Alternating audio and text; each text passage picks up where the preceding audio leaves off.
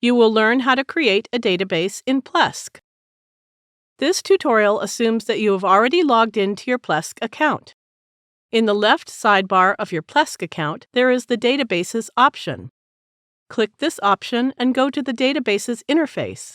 Then click the Add Database button.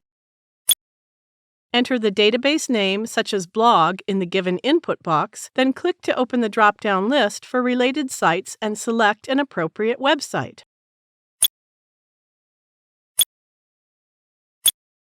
You can enter a database username and password and create a default user to make the database accessible. If you don't want to create a default user, click to uncheck the box for database user creation.